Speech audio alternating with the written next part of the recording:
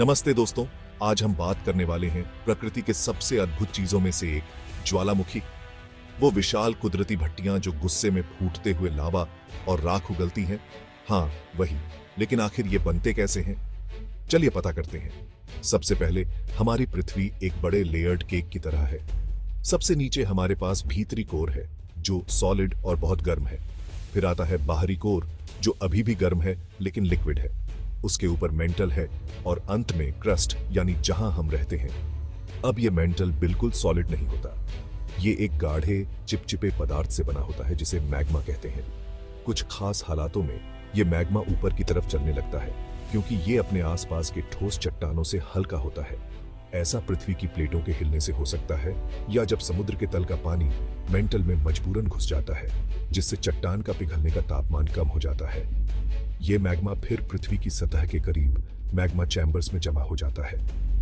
अब प्रेशर बनने लगता है। सोचिए, एक सोडा की बोतल को हिलाने पर प्रेशर बस बनता ही जाता है।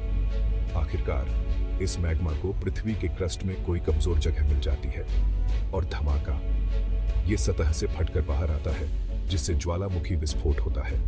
लावा बाहर बहता है और राख और गैसें हवा में ऊपर उठती हैं। लेकिन ज्वालामुखी सिर्फ तबाही के बारे में नहीं है। ये हमारी पृथ्वी के इकोसिस्टम में एक बहुत जरूरी भूमिका निभाते हैं। ज्वालामुखी की राख, मानो या ना मानो, पोषक तत्वों से भरी होती है जो मिट्टी को उपजाऊ बनाती है, जिससे विलुप्त ज्वालामुखियों के आसपास के इलाके बहुत उपजाऊ हो जाते हैं। साथ ही ज्वालामुखी गतिविधि से नए द्वीपों के बनने से जीवन के विभिन्न रूपों के लिए नए आवास मिलते हैं।